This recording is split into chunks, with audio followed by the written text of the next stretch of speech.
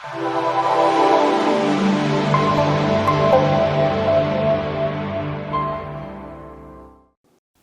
үнэлгээ хийх явцад бас зайлшгүй бодолцох зүйл бол энэ дотор агаарын чанарын асуудал байдаг.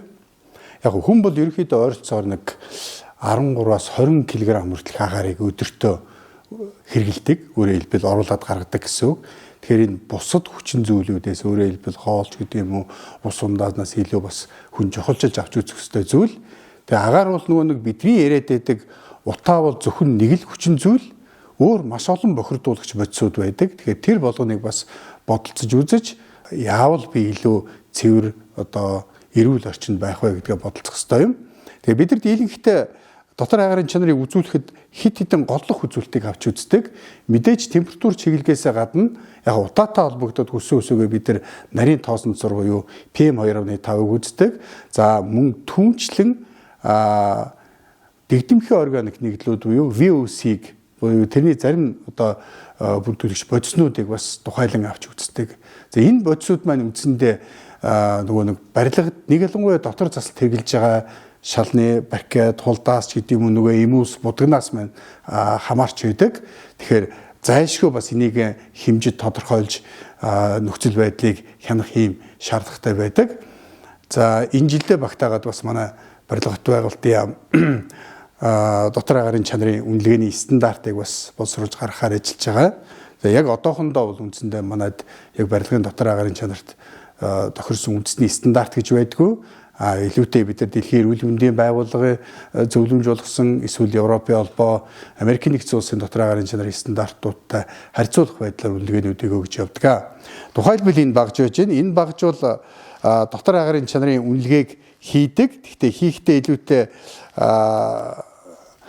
нэгдүгээр PM2.5 формалдегид за тэгээд нүүрс хүчлийн давхар хэсэл гэсэн энэ үзүүлэлтүүдийг түлхүү хэмждэг. За нүүрс хүчлийн давхар хэсэлт бол яг нөгөө агаар сэлтгэхэр бодиттой явж байна. Нэг ялангуяа тэр хүнээс хамаарсан бохирдлохэр явж байна гэж илэрхийлдэг.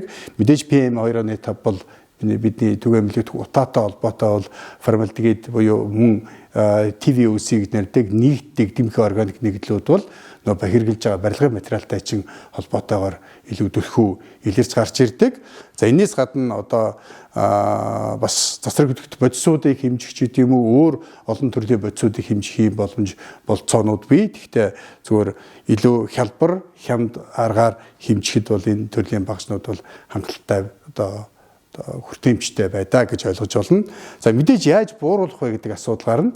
Яг нарийн тоосонцор буюу PM2.5-ийн хувьд бол бид нар нэгэнт гадна орчноос хамааралтай учраас зайлшгүй шүүлтүр тавих гэдэг асуудал гарч ирнэ.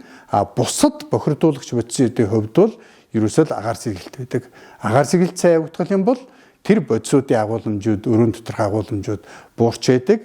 Тэгэхээр манайхан нөгөө нэг утаанаас болоод цонхоо хаагаад байдаг асуудал маань эргээд бусад төрлийн бохирдол нэмэгдэх юм шалтгаан болдог. Тэгэхээр юу гэдэг цонхоо нээдэг, цонхон дээр харин тэр утааныхаа фильтртэй тэгээд заавал агаар орж ирж байгаа ч гэдэг юм уу. Иймэрхүү арга хэмжээнүүдийг одоо төлөвлөж хийх ёстой маа. Өөрөөр хэлбэл би эрүүл барилга байна гэж байгаа бол зайлшгүй бид нар бас агаар сэргэлт гэдэг юмдаа нэлээд том анхаарал хандуулж ээж энэ олон төрлийн бохирдлыг бууруулах ийм арга хэмжээ авах ёстой шүү гэд. Яг хөө зүгээр энгийн байдлаар хэмжээд бид нар бас өөрсдөө ямархуу байдлаар үнэлгээ өгч болох вэ гэдэг дээр энэ ард дэлгэцэн дээр харагдж байгаа бах. Нэг ялангуяа эхнийх нь бол утаатай холбоотой буюу нарийн тоосонцрын асуудал байж байна. Дараа нь бол CO2 буюу нүүрс хүчлийн давхар хэсэл илүүтэй нөгөө хүн амьсгалаад гаргахтаа CO2 буюу одоо нүүрслийн давхар хэсэлт ялгаруулдаг. Тэгээ тэр нь ихсэх тусам хүнд илүү тав тухгүй байдал үүсгдэг. Ихсвэл мэдээж хүний эрүүл мэнд тортой байдаг. За түрүүний хэлсэн нөгөө дэгдэмхийн органик нэгдлүүд бол нөгөө барилгын материалаас ялгардаг.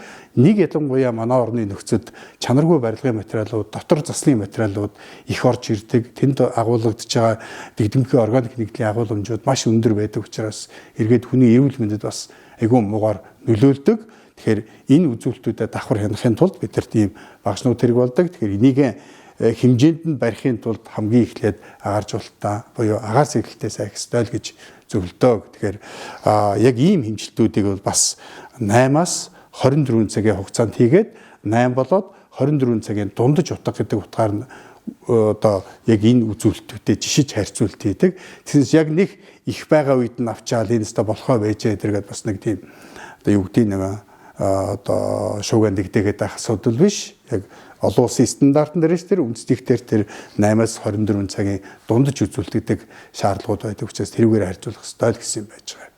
За ерөн зүгээр яг ийм багажнууд бол маш олон төрлийн байж байгаа. Яг энэ багажны тухайд гэх юм бол илүү онцлог нь энэ дэгдэмхий органик нэгдүүдийг хэмждгээр бас нэг жоохон онцлогтой ийм багаж байж байгаа.